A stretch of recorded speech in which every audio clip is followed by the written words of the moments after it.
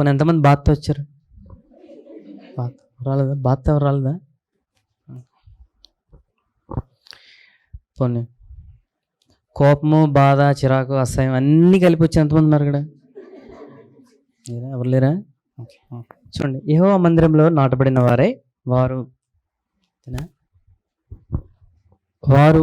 మన దేవుని ఆవరణంలో వర్ధిల్లుదురు. సరే, ఓకే. వర్ధిల్లుదురు అన్న పదం ఉంది కదండి ఇక్కడ. వర్ధిల్లడం అంటే చాలామంది అనుకుంటాం అన్ని విషయాల్లో ఫలించడం అనుకుంటాం. ఇక్కడ ప్రాముఖ్యంగా వర్ధిల్లడం అనే పదం ప్రాముఖ్యంగా అంటే ఇది గత 2 సంవత్సరాల క్రితమే చెప్పాలి, పరిస్థితి రాలేదప్పుడు. ఇప్పుడు చెప్తున్నాను. వర్ధిల్లాలి ఇక్కడ అన్న పదము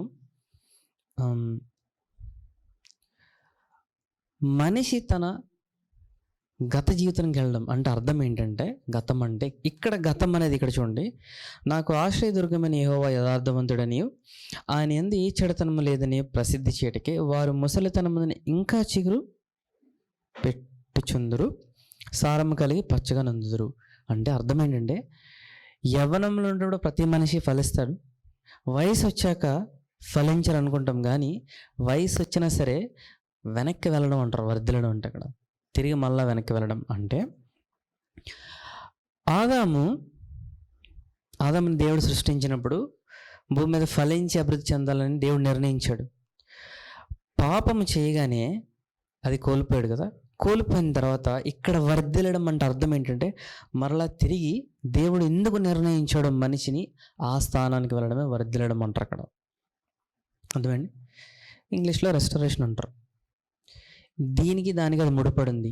ఎలాగని జాగ్రత్త చదివారనుకోండి, ఆదికాండం కానీ యోబు కానీ జాగ్రత్త చదివితే, ఆదికాండంలో ఏముంటుందంటే, యోసేపు జైల్లో ఉండేటప్పుడు ఇద్దరు వస్తారు. ఒకరు రాజు దగ్గర పానీయం మోసేవాడు, ఇంకోడు రాజు దగ్గర రొట్టె. అంతేనా? రొట్టె మనిషికి ఏమొచ్చి చనిపోతాడు. పానీయం అనే మనిషి అక్కడ ఏముంటాడంటే, నీవు మరలా తిరిగి రాజు దగ్గరికి వెళ్తామన్న పదం అక్కడ వర్ధిల్లడం అని ఉంటుంది. మళ్ళా అంటే అర్థం ఏంటంటే, ఒక మనిషి తను కోల్పోయింది మరలా తిరిగి తన జీవితంలో వస్తుంది. అంటే దేవుడు ఎందుకు నిర్ణయించాడో అది తిరిగి దాంట్లోకి వెళ్ళడం అనేది వర్ధిల్లడం. అర్థమైందండి? ఇంత వయసు అయిపోయింది అనుకోవచ్చు, చాలామంది వయసు అయిపోయింది అన్నీ వెళ్ళిపోయి అనుకోవచ్చు, కానీ దేవుడు ఎందుకు నిర్ణయించాడో దాంట్లోకి వెళ్ళడం అనేది వర్ధిల్లడం అంటే ఇక్కడ. చూడండి, అర్థమైందా? యెహోవా మందిరంలో నాటబడిన వారై వారు మన దేవుని ఆవరణంలో వర్ధిల్లుదురు. అర్థమైందండి? సరే, ఎంతమంది వర్ధిల్లాలని ఇక్కడ అర్థమైంది. వర్ధిల్లడం అంటే ఇప్పుడు ఒక 30-40 సంవత్సరాలు వచ్చిన తర్వాత, ఒక గత జీవితం జీవించిన తర్వాత ఇప్పుడు వర్ధిల్లడం అంటే మళ్ళీ అవదు, మళ్ళీ పునాది నుంచి రావాలి. ఎంతమందికి బాధ అనిపిస్తుంది? చాలా సంవత్సరాలు అయిపోయిందండి, ముందే తెలుసుంటే బాగున్నా, మళ్ళీ వెనక్కి వెళ్ళవద్దు అని అనిపించిందా? మరి దేవుడు ఎలా చేస్తాడు? ఇక్కడ అర్థమైందా? ఇక్కడ ఏంటంటే, వయసు వెళ్ళిపోయినా సరే కోల్పోయిందంతా కూడా అనుభవించడానికి దేవుడు ఇస్తాడు అన్నమాట. అర్థమైంది? అది వర్ధిల్లడం. ఇది ఎక్కడ జరుగుతుందంటే దేవుని ఆవరణంలో వర్ధిల్లుదరు ఉంది కదా. దానికన్నా ముందు చూడండి, యెహోవా మందిరంలో నాటబడిన వారే. ఎంతమంది వర్ధిల్లాలి అనుకుంటే తిరిగి దేవుడు ఎందుకు నిర్ణయించాడో వెళ్ళాలి అనుకోండి. ఎంతమందికి ఆశ ఉంది? నిజంగా దేవుడి కోసం చేయాలని అనుకున్నాను, కానీ తెలియక మిగతా వాటికి వెళ్ళి వేరే దాంట్లోకి వెళ్ళిపోయి జీవితం వెళ్ళిపోయి అది ఎప్పటికీ తీరని ఆశలో ఉండిపోతుంది. అందులోకి వెళ్ళాలనుకుంటున్నారా? అంటే ఇక్కడ దేవుని సేవనే కాదు, దేవుడు ఒక మనిషిని ఎందుకు నిర్ణయించాడో అది మనకు తెలుస్తుంది, అందరికీ చిన్నప్పుడే తెలుస్తుంది. కానీ పరిస్థితిని బట్టి వేరే దానికి వెళ్తాం, వెళ్ళి మళ్ళీ ఇంకా వెనక్కి అది ఇప్పటికీ తీరని ఆశలో ఉండిపోతుంది. దాంట్లోకి వెళ్ళాలి అంటే ఇక్కడ వర్ధిల్లడం అది అర్థం. ఎంతమందికి వెళ్ళాలి అందులోకి? అంతా అయిపోయింది అనుకోవచ్చా, కానీ వెళ్ళొచ్చు. ఇక్కడ చూడండి ఎలాగ వెళ్ళొచ్చు అంటే, యెహోవా మందిరంలో నాటబడిన వారై, అంటే యెహోవా మందిరంలో నాటబడితే వారంట దేవుని ఆవరణంలో వర్ధిల్లుతారంటే మరలా తిరిగి ఎందుకు మనిషి పుట్టాడు దాంట్లోకి వెళ్తారు. ఇక్కడ ఎంతమంది చెప్పండి, పుట్టిన వెంటనే నేను దేవుడి చిత్తంలోనే ఉన్నానని ఎంతమంది అనుకుంటారు? అర్థమైంది పదం? అంటే దయచేసి వినండి. దేవుని చిత్తం అంటే ఒక మనిషిని దేవుడు ఎందుకు నిర్ణయించాడో అందులో ఎంతమంది ఉన్నారని దృఢంగా చెప్పగలరు? ఇంక చేతిలో ఎట్లేదండి. సరే అయితే అందరికీ వర్తిస్తుంది. అందులో లేరనుకుంటున్నారా? ఇక్కడ ఒక ప్రక్రియ ఉంది, చేస్తే అందులోకి వెళ్ళిపోతారు. ఎంత వయసైనా మళ్ళీ వెనక్కి వెళ్ళొచ్చు. అది ఎలా అంటే దేవుడిగా సాధ్యం అది. ఆమేన్. సరే చూడండి, ముందుగా ఏం చేయాలంటే యెహోవా మందిరంలో నాటబడాలంట. మందిరంలో నాటబడిన ఎలా నాటబడాలి? ఎంతమంది ఎప్పుడైనా విన్నారా? మందిరంలో నాటబడాలని ఉంటుంది. ఎలా? ఎంతమంది ఏం వర్ధిల్లాలని అంటే దేవుడు ఎందుకు నిర్ణయించడా వెళ్ళాలనుకుంటే దాన్ని బట్టే నాటబడడానికి ఇష్టపడతారు. ఎలా నాటబడాలో ఈరోజు చెప్తాను. నాటబడిన తర్వాత మనిషి ఎలా వర్ధిల్లుతాడో కూడా చూపిస్తాను ప్రక్రియ. ఎంతమంది కావాలా? చూడండి, కీర్తనలు 1 చూడండి. నాటబడడం అంటే ఏంటో ముందు వివరణ ఇచ్చిన తర్వాత అది ఎలా జరుగుతుందో చూపిస్తాను. ఇది ప్రతిరోజు మనిషి ఓకే. దీనికన్నా ముందు ప్రశ్న అడుగుతుంది చూడండి. ఎంతమందికి ఏమైనా సమస్య ఉంటే వెంటనే ఎవరినో ఒకరు అడగాలనిపిస్తుంది? సమస్య రాగానే ఎవరో ఒకరిని అడగాలి ఎంతమందికి అనిపిస్తుంది? అనిపిస్తుందా? సరే, అడగాలి అనిపించినప్పుడు మనుషులు లేరు అని ఎంతమంది బాధ అనిపించింది? అడగాలి అనిపించినప్పుడు మనుషులు లేరు, బాధ అనిపించిందా? సరే, అన్ని వేళ మనుషులు అవసరం లేదు, అలాగని చెప్పి మనిషికి వేరుగా దేవుడు అభివృద్ధి ఇవ్వడు. కానీ ప్రతి విషయంలో ముందు దేవుడి దగ్గరికి ఎలా వెళ్ళాలో చూపిస్తాను ఇక్కడ. అర్థమవుతుందా? చూడండి, కీర్తనలు 1:3. ఎందుకంటే ప్రతిరోజు జీవించే విధానంలో ఇక్కడే వస్తుంది సమస్య.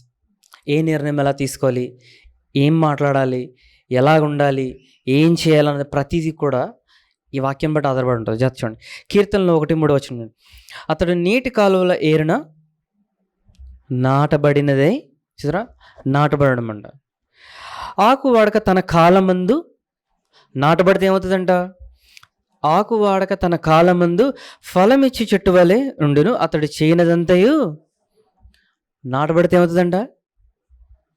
చేసే పని ప్రతి పని ఫలిస్తుందండి. ఏ పని ఇక్కడ ఏం వివరణ ఇవ్వలేదు. సరే, ఏ పని ఇవ్వలేదు, ఎప్పుడూ ఇవ్వలేదు. నాటబడితే ఏ పని చేసినా ఫలిస్తుంది. వయసుతో సంబంధం నాటబడడానికి ఇష్టం. అర్థమైందా? ఇష్టపడడానికి. సరే, ఇంకో చూడండి, యెర్మీయా 17:8 చూడండి. వాడు జలముల యొద్ద నాటబడిన చెట్టు వలె నుండును, అది కాలువల ఓరున దాని వేళ్ళు తన్నును, వెట్ట కలిగినను దానికి భయపడదు, దాని ఆకు పచ్చగా నుండును, వర్షం లేని సంవత్సరమున చింత నొందదు, కాపు మానదు. చెట్టు చింతిస్తుందా? చెట్టు చింతిస్తుందండి. చెట్టు చింతిస్తుందని ఎంతమంది అంటారు? నిజమే, చెట్టు చింతిస్తుంది నిజంగానే, అబద్ధం ఆటలేదు. తెలుసా? చెట్టు బాధపడుతుంది, చెట్టుకు కూడా ఫీలింగ్స్ ఉంటుంది తెలుసా? అవన్నీ ఎందుకు ఉంచాడు దేవుడు? మనిషికి అర్థం కావడానికి. మనిషి చూడండి, ఇదంతా మనిషి గురించి మాట్లాడుతున్నాడు, కానీ చెట్టుకు కూడా ఇవన్నీ ఉంటాయని చూపించి మనిషి గురించి మాట్లాడుతున్నాడు. సరే, వర్షం లేని సంవత్సరంలో చింత ఉండదు, కాపు మనదు. అంటే ఏమీ లేనప్పుడు చింత ఉండదంట, ఏమీ లేనప్పుడు కాపు కాస్తుందంట. అన్నీ ఉన్నా బాధపడతాం, అన్నీ ఉన్నా ఫలించమనుకుంటాం. కానీ ఇక్కడ ఏమీ లేకపోయినా బాధ ఉండదు, ఏమీ లేకపోయినా ఫలిస్తామంట. ఇది ఎలాగవుతుంది? లోకానికి అర్థం కాదు. కానీ చూసారా, నాటబడితే మనిషి ఏమవుతాడో ఇక్కడ చూపిస్తున్నాడు. చేసిందంతా ఏ పని చేసినా ఫలిస్తుంది, ఎలాంటి కాలమైనా సరే ఫలిస్తానుందంట నాటబడితే. ఇప్పుడు అర్థమైందా? సో ముందు మనిషి వర్ధిల్లాలి, తిరిగి వెళ్ళాలంటే నాటబడాలి. నాటబడితే ఏమవుతుందో చూపిస్తున్నాడు. ఏ పని చేసినా ఫలిస్తుంది, ఎలాంటి కాలంలోనే ఫలిస్తాడు. అంటే అర్థం ఏంటంటే వయసుతో ఏం సంబంధం లేదు ఇక్కడ.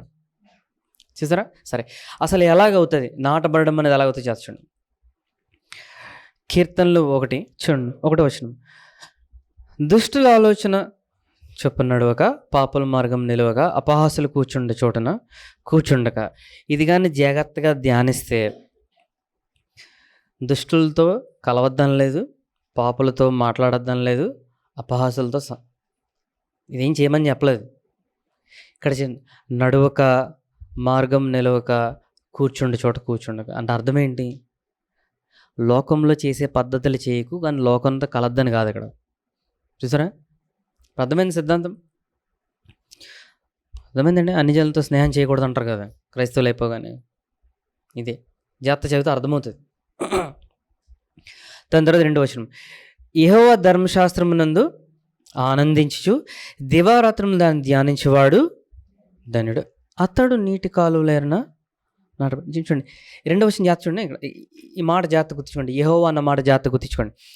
యెహోవా ధర్మశాస్త్రమునందు ఆనందించుచు దివారాత్రములు దాన్ని ధ్యానించేవాడు ధన్యుడు. అంటే యెహోవా ధర్మశాస్త్రాన్ని ధ్యానిస్తే, యెహోవా ఆయన చేసిన పని ఏంటో ధ్యానిస్తే, ఆయన గురించి ధ్యానిస్తే నాటబడతాడంట మనిషి. చూడండి, దేవుడు అని రాలేదు ఇక్కడ, యెహోవా అని రాశాడు. అందుచండి మళ్ళీ ఎందుకు చెప్తాను చూడండి.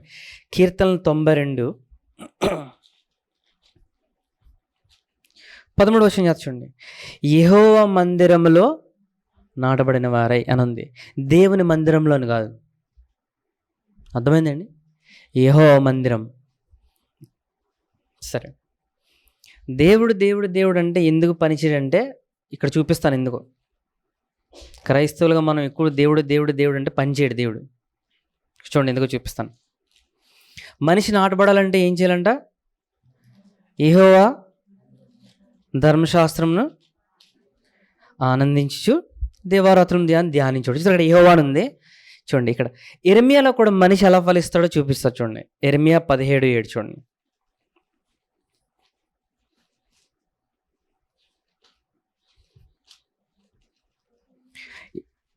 ఇర్మియా 17:7 వచనం చూడండి. యెహోవాను నమ్ముకునివాడు ధన్యుడు, యెహోవా వానికి ఆశ్రయముగా ఉండును. ఇక్కడ దేవుడు అని ఎందుకు రాయలేదు? చూడండి, కీర్తనలో చూస్తే యెహోవా ధర్మశాస్త్రం ఆనందించాలంట, ఇర్మియాలో చూస్తే యెహోవా యందు నమ్మకం అంట, యెహోవాను ఆశ్రయించిన వారంట. ఇవి చేస్తే మనిషి ఏమవుతాడంట?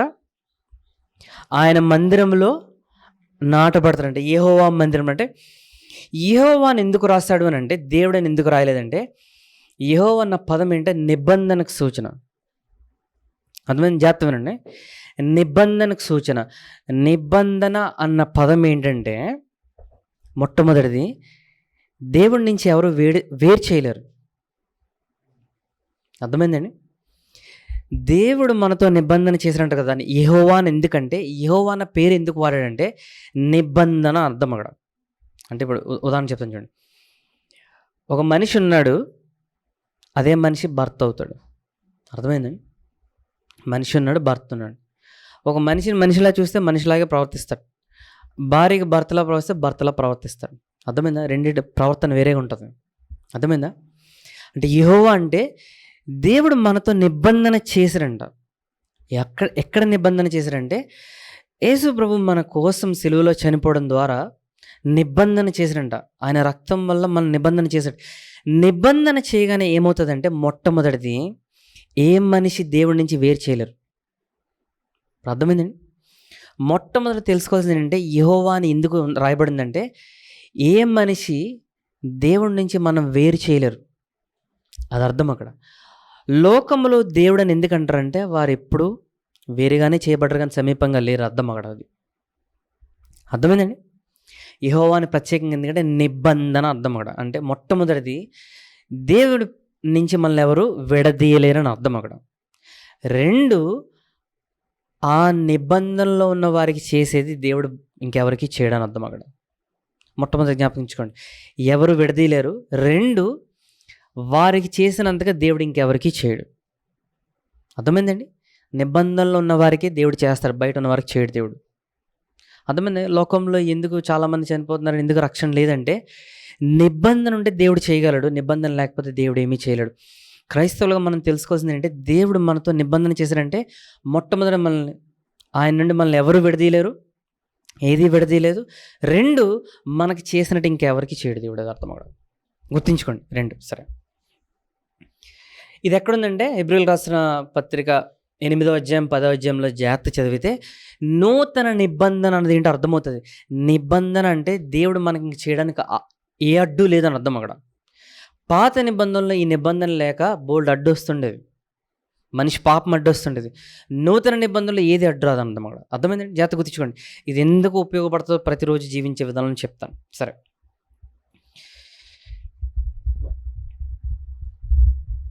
సరే ఎంతమందికి జ్ఞానం కావాలి?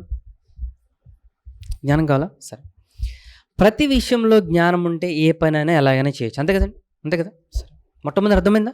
నిబంధన గురించి తెలుసుకోవాలి. సరే, అది ఎవరు? యేసు ప్రభు గురించి, ఆయన చేసిన సెలవు కార్యం గురించి తెలుసుకుంటే దాన్ని బట్టి దేవుడి నుంచి మనల్ని ఎవరో విడదీయాలని తెలుస్తుంది. అర్థమైందా? దాని తర్వాత మనకు అన్నీ చేస్తాడని అర్థమవుతుంది. ఇది ఎందుకు చెప్తాను ప్రతిరోజు జీవించే విధానంలో. సరే, సామెతలు 22వ అధ్యాయం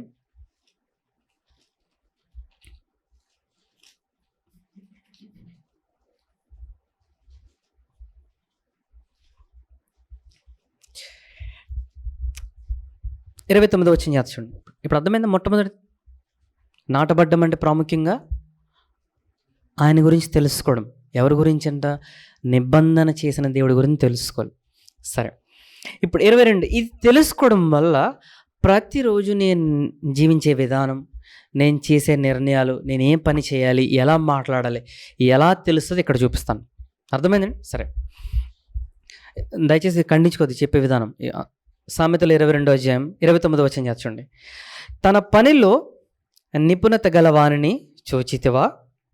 అల్పులైన వారి ఎదుట కాదు, వాడు రాజుల ఎదుటనే నిలుచును. జాగ్రత్తగా అర్థమవుతుంది. తన పనిలో నిపుణత గల వాణిని చూచితివా అంటే అర్థం ఏంటంటే బాగా కష్టపడే మనిషిని. ఇక్కడ కరెక్ట్ తెలుగులో కరెక్ట్ పదం వాడారు. అంటే అర్థం అంటే స్కిల్ పెంచుకోవడం అంటారు. తన పనిలో నిపుణత గలవాని చూచితవా? అల్పులైన వారి ఎదుట కాదు, వాడు రాజుల ఎదుటనే నిలిచును. జాతను ఈ వచనంలో దేవుడు ఎక్కడ ఉన్నాడా?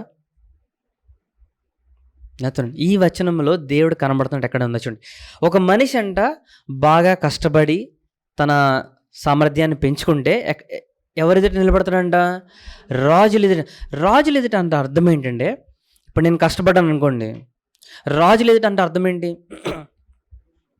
అంటే నాకు విలువ ఉందని అర్థం. అక్కడ నా అర్థమైంది. ఇప్పుడు ముఖ్యమంత్రి దగ్గర నేను ఎందుకు వెళ్తానండి? నన్ను పిలుచుకుంటాడా? కూర్చోబెట్టుకుంటాడు ఆయన?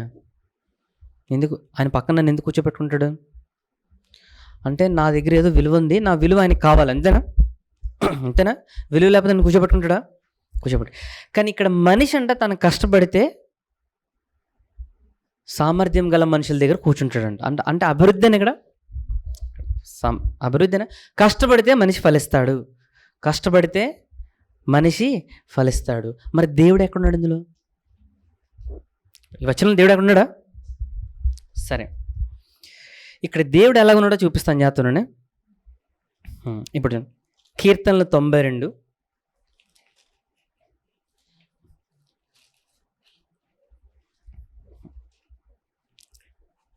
13వ వచనం చూడండి.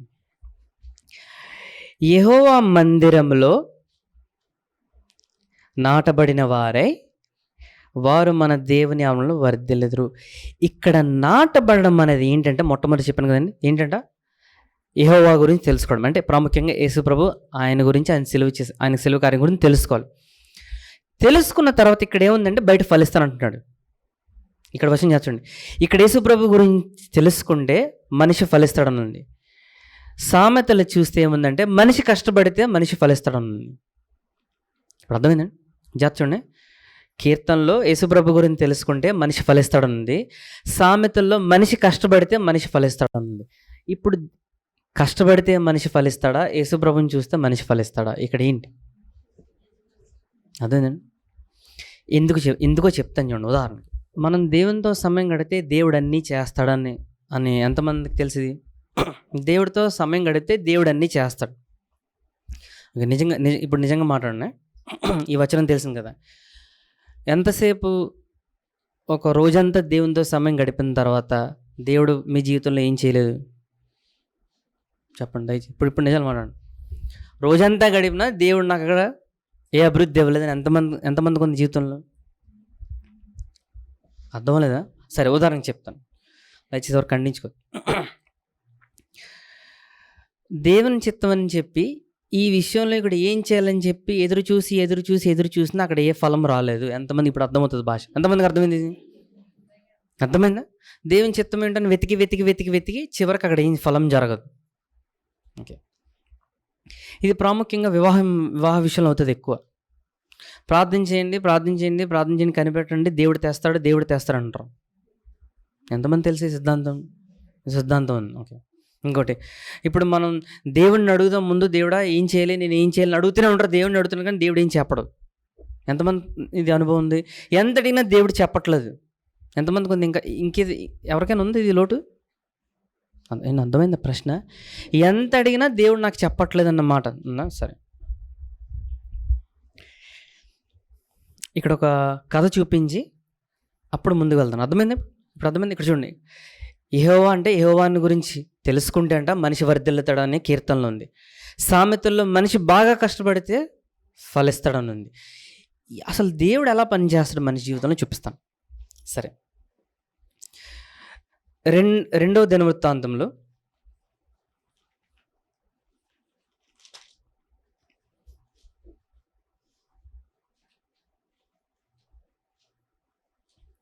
26వ అధ్యాయం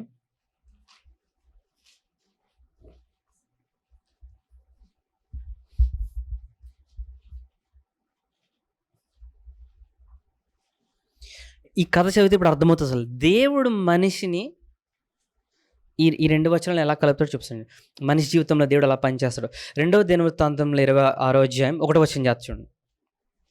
దయచేసి జాగ్రత్తగా ఉంటే ప్రతిరోజు జీవించే విధానంలో అర్థమవుతుంది అసలు. ఇక్కడ ప్రతిరోజు జీవించే నా విషయంలో దేవుడు పని చేస్తున్నాడా లేదా కూడా స్పష్టంగా తెలిసిపోతుంది. మనం దేవుడిని అడిగి, దేవుడు నువ్వు నాకు పని చేస్తున్నావా, పని చేయట్లేదని అడగాల్సిన పని లేదు. అర్థమైంది? చేర్చండి. రెండవ దినవృత్తాంతంలో 26వ అధ్యాయం 1వ వచనం చేర్చండి. అంతటా యూదా జనులందరూ 16 ఏండ్ల వాడైన ఉజ్జియాను తీసుకొని, అంటే 16 సంవత్సరాలకి ఒక మనిషి రాజు అయ్యాడంట. అర్థమైందండి? అర్థమైందా? 16 సంవత్సరాలకు రాజు అయ్యాడు. రాజు అంటే అర్థం ఏంటి? దేశాన్ని పరిపాలించడానికి వయసు 16. అర్థమైందా? ఏ వయసు నుంచి దేవుడు ప్రారంభిస్తాడు మనిషి జీవితంలో? సరే, తీసుకొని అతని తండ్రి అయిన అమజ్యాకు బదులుగా రాజుగా నియమించిరి. అతడు ఏలూతును కట్టించి రాజుకు తన తండ్రి అతని పితరులతో కూడా నిద్రించిన తర్వాత అది యూదా వారికి తిరిగి వచ్చినట్లు చేశాను. ఇక్కడ ఏం చెప్పాడంటే 16 ఏళ్ళకి రాజు చేశాడు. చివరికి వచ్చేసరికి అసలు ఏం పని చేశాడో, ఎందుకు చేశాడో చెప్పి వదిలేశాడు. అంతే. అర్థమైందండి? ఒక పట్టణం కట్టేసి మళ్ళీ యూదులకు తెచ్చాడండి, అంతే చెప్పాడు. ఇప్పుడు అసలు చూడండి 3వ వచనం. ఉజ్జియా ఏలనారంభించినప్పుడు 16 ఏండ్ల వాడే యెరూషలేములో 52 సంవత్సరములు ఏలెను. 52 సంవత్సరాలు ఏలాడంట. అతని తల్లి యెరూషలేము కాపురస్తురాలు, ఆమె పేరు యెకల్యా. అతడు తన తండ్రి అయిన అమజ్యా చర్య అంతటి ప్రకారము యెహోవా దృష్టికి యథార్థముగా ప్రవర్తించెను.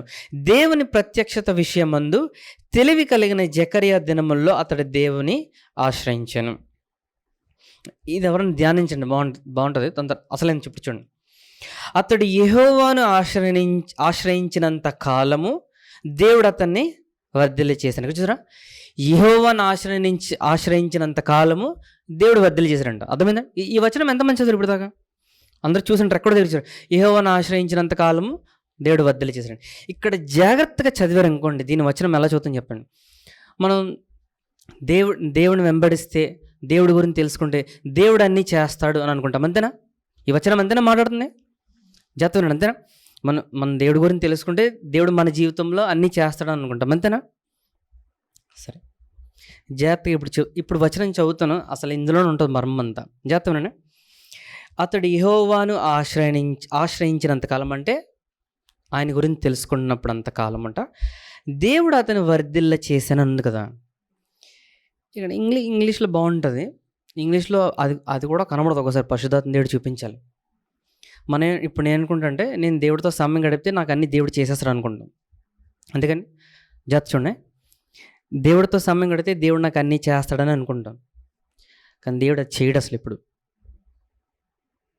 దేవుడు ఎప్పటికీ చేయడు అది. మీరు ఎంత దేవునితో సమయం గడిపినా దేవుడు చేయడు. మధ్యలో ప్రక్రియ ఉంటుంది, జాగ్రత్త చూడండి.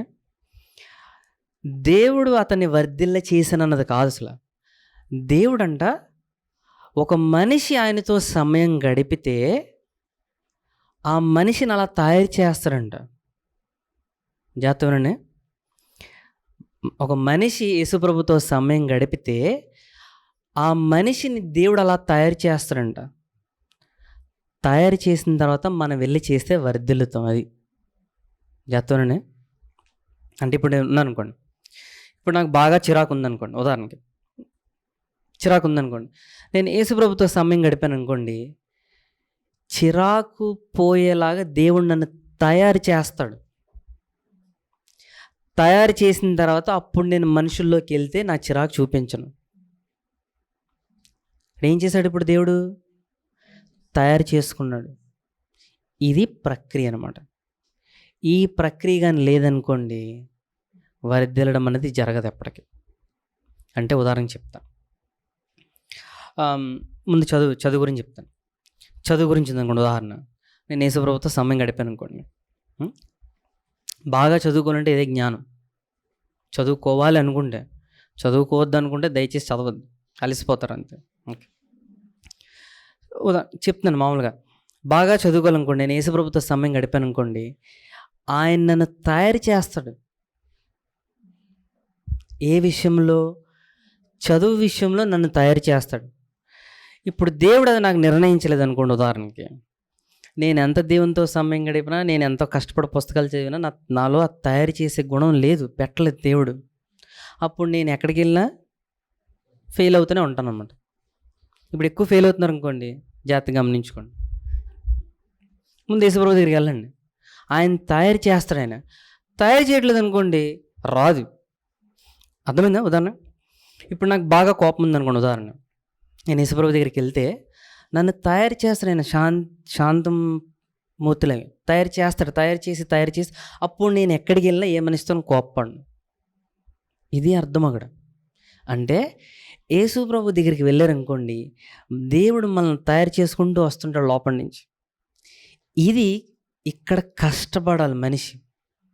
అర్థమైందా? కష్టపడడం అంటే ప్రాముఖ్యంగా దేవుడితో సమయం గడిపిన తర్వాత దేవుడు నాలో కష్టపడే హృదయాన్ని పెడతాడు ఆ విషయంలో. ఇప్పుడు నేను కానీ కష్టపడ్డాను అనుకోండి, దేవుడు నన్ను అలా తయారు చేస్తాడు, విలువైందనగా తయారు చేసి ఇప్పుడు నేను ఎక్కడికి వెళ్ళినా, ఎక్కడ కూర్చున్నా, ఎక్కడ నిలబడినా ఏమవుతాను? ఫలిస్తాను. ఈ మధ్యలో చూసారా, ఈ కష్టపడడం అనేది దేవుడు ఆ మనిషిని అలా తయారు చేస్తాడు. అక్కడ కష్టపడాలి మనిషి. అర్థమైంది? అర్థమైందా? ఎంతమందికి అర్థమైంది ప్రక్రియ? ఉదాహరణకి పెళ్లి విషయంలో చెప్తాను. యేసుప్రభుతో సమయం గడిపిన తర్వాత ముందు ఏం చేస్తాడు తెలుసా? మనిషిని సిద్ధపరుస్తాడు దానికి. దయచేసి వినండి ప్రక్రియ. మనిషిని లోపల నుంచి తయారు చేసి సిద్ధపరుస్తాడు. తయారు చేసి సిద్ధపరిచిన తర్వాత మనిషిని కలిసిన వెంటనే తెలుస్తుంది. తయారు చేయకుండా పెళ్లి చేసుకుంటే అక్కడ తయారవ్వాల్సి వస్తుంది. అర్థమైందండి? దయచేసి ఇదే ప్రక్రియ జరుగుతుంది. అర్థమైందండి? ఎందుకు దేవుని చిత్తమని ఎతికినా చివరికి అది ఎందుకు పెళ్ళి ఫలించదంటే తయారు చేయబడడం లేదు. దేవుడు తయారు చేయట్లేదు. దేవుడు ఎప్పుడు తయారు చేస్తాడంటే ఆయనతో సమయం గడిపి, ఆయన్ని చూసి ఆయనతో సమయం గడిపి ఆయన తయారు చేస్తాడు. అది ఎక్కడి నుంచి అంటే ప్రాముఖ్యంగా లేఖనం బట్టి తయారు చేస్తాడు. ఇప్పుడు అర్థమైంది ప్రక్రియ. అసలు ఏం మిస్ అయిపోతుందో? దేవునితో ఎంత సమయం గడిపినా ఎందుకు రావట్లేదంటే రాదు. ఇప్పుడు ఉద్యోగం ఉందనుకోండి, ఉద్యోగం చేసేటప్పుడు రకరకాల మనుషులు తగులుతారు, రకరకాల ప్రవర్తనలు తగులుతాయి, రకరకాలుగా ఉంటుంది. ప్రపంచంలోకి వెళ్ళానుకోండి, ఒక మనిషి వల్ల నీ వల్ల నాకు ఏటి లాభం అనే వెతుక్కుంటాడు ప్రతి మనిషి. కొత్తగా ఏమి ఇచ్చాడు మనకి. అదే మనం యేసుప్రభు దగ్గర సమయం గడిపామనుకోండి, ఆయన్ని చూసామనుకోండి, ఆయన చూసినప్పుడు ఏంటంటే ఆయన మనల్ని ఉద్యోగానికి కావాల్సిన రీతిగా దేవుడు మనల్ని తయారు చేస్తాడు. తయారు చేసిన తర్వాత ఇప్పుడు మనం ఉద్యోగానికి వెతుక్కోవడానికి వెళ్ళామనుకోండి, ఈ తయారు చేసిన విలువ ఉంటే చూసారా బయట దొరకదు. అక్కడ దేవుడు ఒక మనిషిని తయారు చేస్తే ప్రపంచంలో ఎక్కడ దొరకదు. ఈ తయారు చేయబడడం లేదనుకోండి, ఎంత ఉద్యోగం చేసినా అలసిపోవడం తప్పించి ఏం ఉపయోగం ఉండదు. ఎంతమందికి ఇప్పుడు ఉద్యోగం చేశారనుకోండి, వాళ్ళు నన్ను ఎలాగంటున్నారు, వాళ్ళు నాతో ఎలా ప్రవర్తిస్తున్నారు, ఎంతమందికి బాధ ఉంది? ఉంటుంది, అందరికీ ఉంటుంది. ఉందనుకోండి, యేసుప్రభుతో సమయం గడిపితే మనం తయారు చేస్తాడైనా. తయారు చేయగానే అక్కడికి వెళ్ళేసరికి ఎలాంటి పరిస్థితి ఉన్నా దేవుడు మనల్ని తయారు చేసేది కూడా మనకేం అనిపించదు. కోపం రాదు, చిరాకు రాదు, అసహ్యం రాదు, ఓపిక వస్తుంది. ఇది చూసారా, మధ్యలో ఉంది చూసారా? ఇప్పుడు సామెతలు చేర్చండి. సామెతలు 22వ అధ్యాయం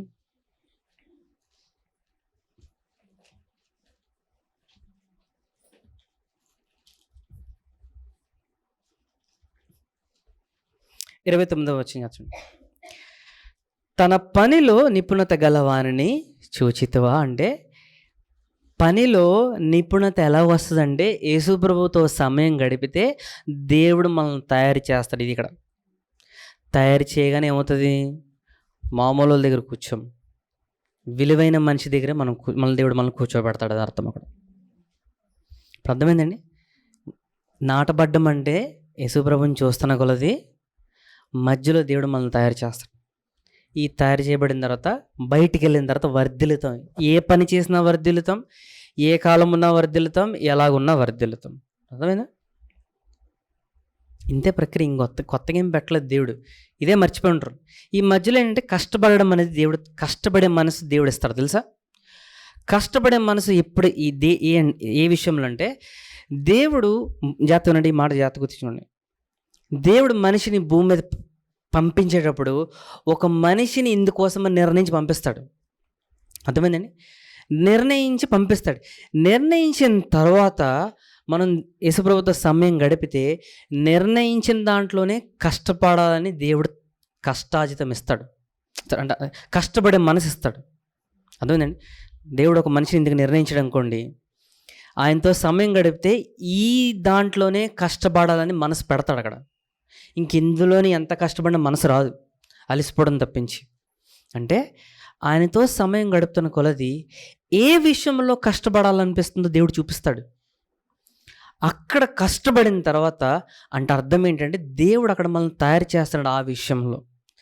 ఆ విషయంలో తయారు చేయబడిన తర్వాత ఎక్కడికి వెళ్ళినా ఆ పనిని బట్టి, ఆ దేవుడు నిర్ణయించిన దాన్ని బట్టి ఫలించుస్తాం. అర్థమైందా? ఇప్పుడు అర్థమైందండి? సో మరి దేవుడు నిర్ణయించింది ఎలా తెలుసుకోవాలంటే యేసుప్రభుని చూస్తే మనకు తెలిసిపోతుంది ఎక్కడ కష్టపడాలో, ఎక్కడ కష్టపడకూడదు. అదే అక్కడ సామర్థ్యం పెంచుకున్న కొలది ఏమవుతుంది? మనిషి ఫలించి అభివృద్ధి చెందుతాడు ఎక్కడని. అంతే. చివరి చెప్పాను సార్, వర్ధిల్లడం అనేది ఎక్కడికి వెళ్తాడంట? వర్ధిల్లడం అంటే అర్థం ఏంటి? దేవుడు నిర్ణయించిన దానికి వెళ్తాడు. అది అంతా కనెక్ట్ అయింది. ఇప్పుడు మళ్ళీ తిరిగిందా మొత్తం అంతా? సరే, ఎంతమందికి అర్థమైంది? జ్ఞానం అర్థమైందా? ప్రతిరోజు ఏమని చూడండి, యేసుప్రభుతో సమయం గడపని చెప్తాడు ఎక్కడ. ఆమేన్. సరే, ఆఖరిగా ఒకటి చెప్పి ముగిస్తాను చూడండి. దేవుడే చేస్తాడు కానీ దేవుడు చేసినట్టు ఉండదు, కానీ మనిషి చేస్తాడు కానీ మనిషి చేయడు. అర్థమైందా? దేవుడే చేస్తాడంట అంతా, కానీ దేవుడు చేస్తాడు కనబడదు. కానీ మనిషి చేస్తాడు కానీ మనిషి కాదు అక్కడ దేవుడు. చూపిస్తాను చూడండి. ద్వితీయోపదేశకాండం 9వ అధ్యాయం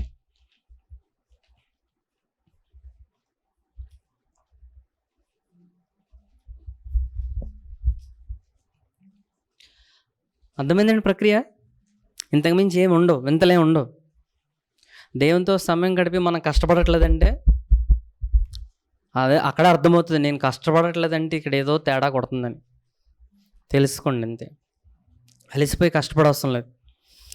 చూడండి, ద్వితీయోపదేశకాండం 9వ అధ్యాయం 1వ వచనం. ఇశ్రాయేలు వినుము, నీకంటే గొప్ప బలము గల జనములను ఆకాశం అంటూ ప్రాకారము గల గొప్ప పట్టణములను స్వాధీనపరచుకొనుటకై నేడు నీవు యోర్దాను దాటబోచున్నావు. చూడండి వచనం చూడండి ఏంటంట? ఇశ్రాయేలు వినుము, వినండి, నీకంటే గొప్ప బలము గల జనములను ఆకాశమంటూ ప్రాకారము గల గొప్ప పట్టణములు స్వాధీనపరచుకొనుటకై నేడు నీవు యోర్దాను దాటబోచున్నావు. అంటే అర్థం ఏంటి? ఇశ్రాయేల్ కన్నా వాళ్ళు బలవంతులంట, అన్ని ఎక్కువ అంటాలకి. వాళ్ళని ఆ పట్టణాన్ని స్వాధీనపరచుకోవడానికి నువ్వు వెళ్తావని దేవుడు చెప్తాను. చూడండి, మనిషి సామర్థ్యం లేదు ఇక్కడ, నీకన్నా బలవంతుడని చెప్తున్నాడు, కానీ నువ్వు స్వాధీనపరచుకోవాలని దేవుడు చెప్తున్నాడు. ఇప్పుడు చూడండి, ఆ ప్రజలు గొప్పవారు, ఉన్నత దేహులు, వారు నీవు ఎరిగిన అనాకీలు వంశస్థులు, అనాకీలు ఎదుట ఎవరు నిలవగలరు అను మాట నీవు వింటివి కదా. అంటే వారి ముందు ఎవరు నిలబడలేరంట. ఓకే, వాళ్ళ ఎత్తు ఎంత తెలుసా? ఉదాహరణ, వాళ్ళ ఎత్తు ఇప్పుడైతే మనిషి 6-7 అంతే కదా, వారు కనీసం 18-23 అడుగుల దాకా ఉంటారు. ఎవరు చెప్పరు, అర్థమైందా? 10 అడుగులు కాదు అది చెప్తుంది. కాబట్టి చూడండి, ఇప్పుడు అంత ఎత్తైన వారంట. ఎప్పుడైనా చూసారా ఇంత పొర్రు ఉంటుంది? చూసారా ఇంత కాదు, దయచేసి ఎంత ఉన్నాయి. ఇంత అంటే అర్థం ఏంటి? ఎంత ఉంటుందో ఆలోచించుకోండి. సరే, కాబట్టి ఇప్పుడు చూడండి, నేను విన్నావు కదా, వారిని ఎవరు నిలవలేరంట. ఇప్పుడు చూడండి 3వ వచనం, కాబట్టి నీ దేవుడైన యెహోవా, చూసారా మళ్ళా, నీ దేవుడైన యెహోవా అంటే నిబంధన ఉంటే దేవుడు చేస్తాడు, నిబంధన లేకపోతే దేవుడు చేయడని. తానే దహించు అగ్ని వలె నీ ముందర దాటిపోవచ్చున్నాడని నేడు నీవు తెలుసుకొనుము. ఆయన వారిని నశింపచేసి నీ ఎదుట వారిని కూలద్రోని. ఇక్కడ ఏముందంట? దేవుడే చేస్తాడు. చూసారా, దేవుడే చేస్తాడంట. యెహోవా నీతో చెప్పినట్లు నీవు వారిని వెళ్ళగొట్టి వేగమే వారిని నశింపచేసేదు. ఇక్కడ అర్థమైంది వచనం, ఇక్కడ జాగ్రత్త చూడండి. కాబట్టి నీ దేవుడైన యెహోవా తానే దహించు అగ్ని వలె నీ ముందర దాటిపోచున్నాడని నేడు నీవు తెలుసుకొనుము. ఆయన వారిని నశింపచేసి నీ ఎదుటి వారిని కూలద్రోయును. ఇక్కడ దేవుడు చేస్తాడు. యెహోవా నీతో చెప్పినట్లు నీవు వారిని వెళ్ళగొట్టి వేగమే వారిని నశింపచేసదు. ఏంటిది?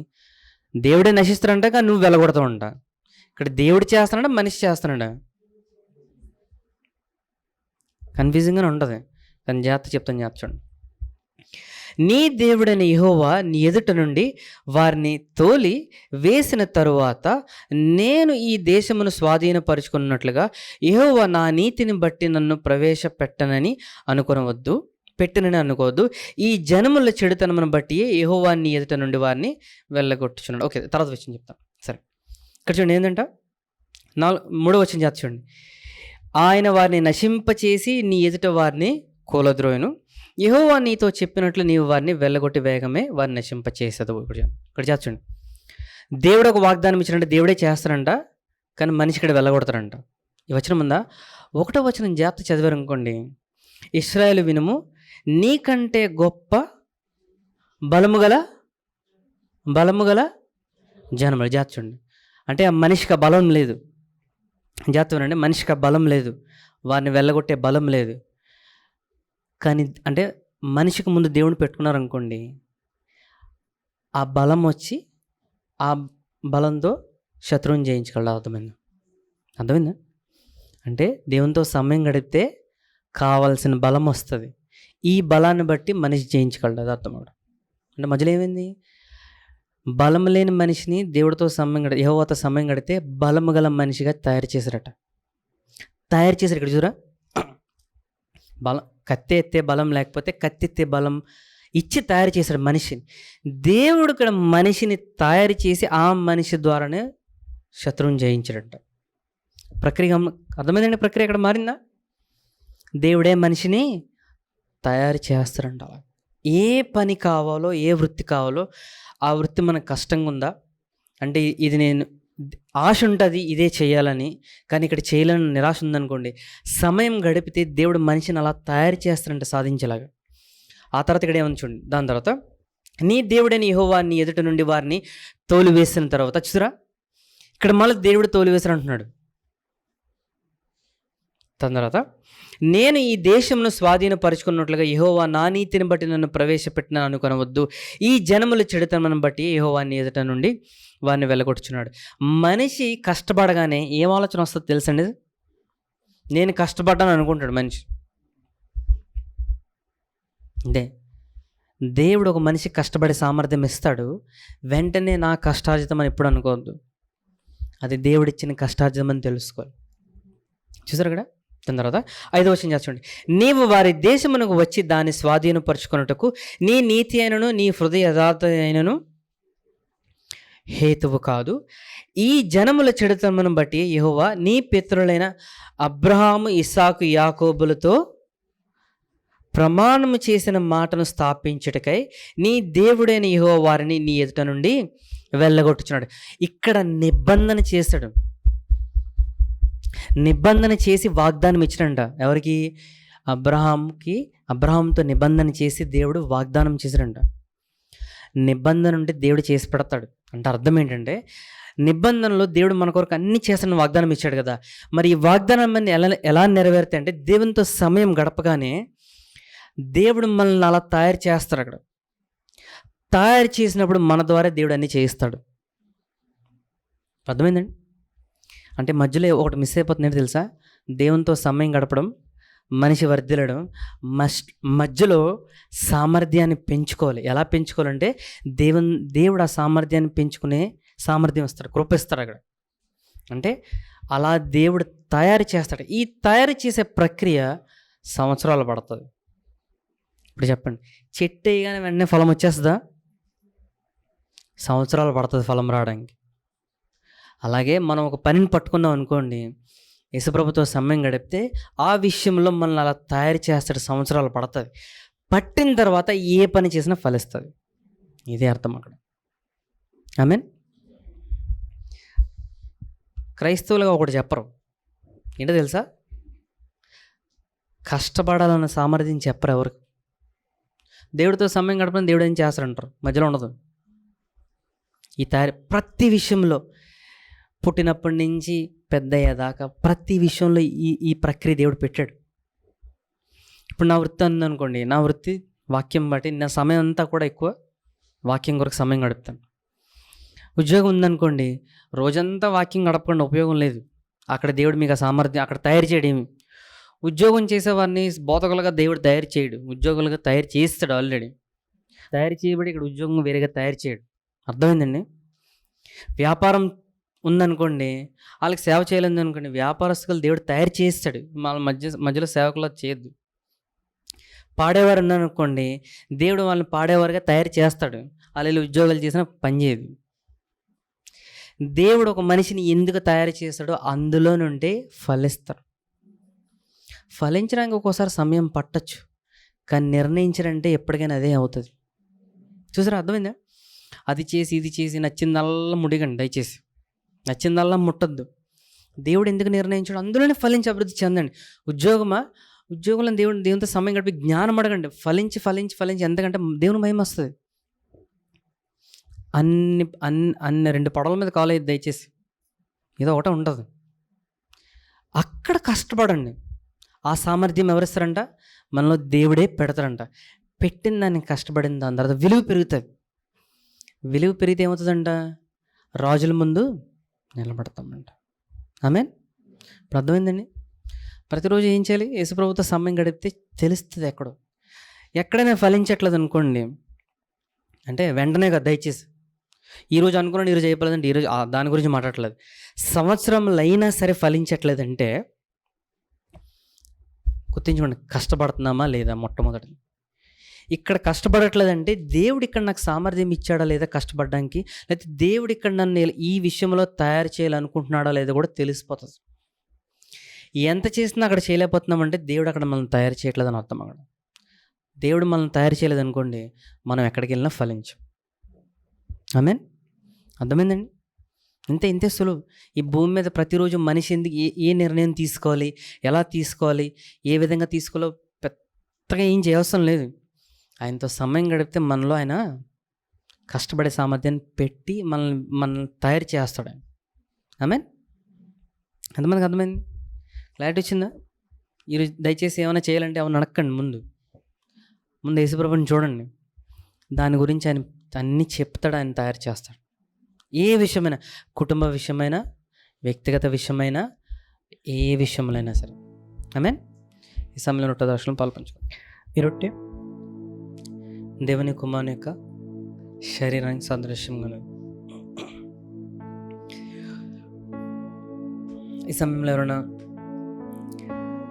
మానసికంగా కానీ, శారీరకంగా కానీ, లేకపోతే నేను చేసిన తప్పును బట్టి నేను ఈ సమయంలో బాధపడుతున్నాను అనుకుంటున్నారా? ఆయన తన కుమారుని పంపించి సిలువలో మన పాపములు, మన రోగములు, ప్రతీది కూడా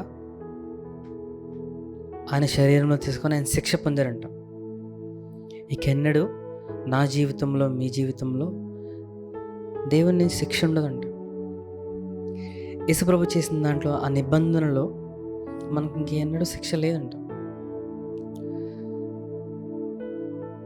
ఆయన పొందిన దెబ్బల ద్వారా మనకు స్వస్థత కలిగి ఉన్నదని చెప్పి రొట్టెలో పాల్పంచుకోండి.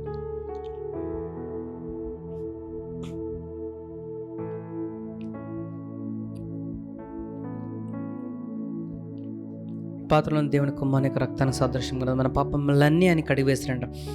ఇకెన్నడూ మన పాపములైనా జ్ఞాపకం చేసుకుంటా. ఆయన రక్తం వల్ల మనలను నీతిమంతులుగా చేశారంట. ఆయన రక్తం వల్ల మనల్ని విమోచించి ఆయన ఆత్మను మన కొరకు ఇచ్చినంట. ఆయన ఆత్మ ద్వారా నడిపింపు మనిషి కొరకు ఆయన ఇష్టపడాడంట. ఎందుకంటే మన పాపములన్నీ ఆయన కడిగి వేసి మనలో ఆయన ఇప్పుడు జీవిస్తున్నాడంట. ఆయన రక్తంలో ఆయన జీవం ఉంది. నమ్మి పాత్రలు పాల్పంచు.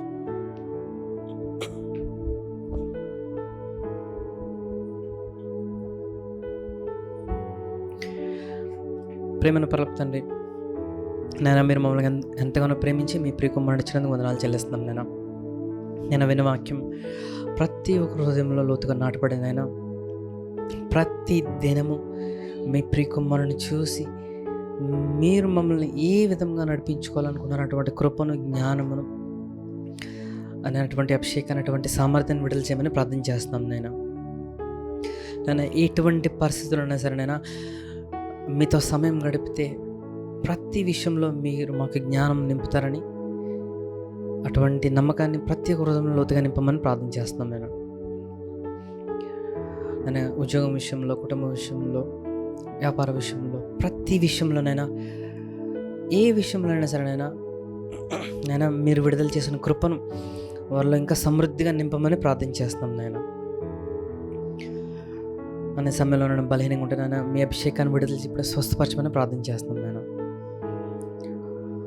నేను ఈ వారమంతా మీ భద్రత, మీ కాపుదలలో ఉంచమని ప్రార్థన చేస్తున్నాను. మీ దేవతల కాపుదలలో ఉంచమని ప్రార్థన చేస్తున్నాం. నేను వారమంతట్లో ఏ పని చేసినా మీ మీద అనుకుంటే ప్రతిదీ వర్ధిల్లుతుందని ఆలోచన నింపమని ప్రార్థన చేస్తున్నాను.